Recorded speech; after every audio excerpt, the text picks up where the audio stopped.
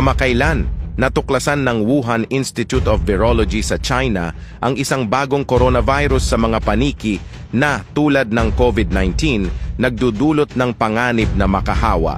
Marami ang nag-aalala na baka papalapit na ang susunod na pandemya.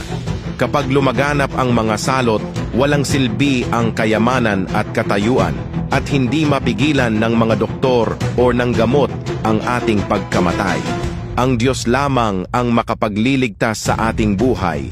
Sabi ng Diyos, maging tahimik sa loob ko, sapagkat ako ang inyong Diyos, ang inyong tanging manunubos. Dapat ninyong payapain ang inyong mga puso sa lahat ng sandali at mabuhay sa loob ko.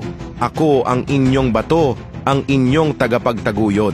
Huwag magkaroon ng ibang isip, ngunit buong pusong sumandal sa akin at ako ay tiyak na magpapakita sa inyo. Ako ang inyong Diyos. Kung handa kang lumapit sa Diyos at mamuhay sa ilalim ng kanyang proteksyon.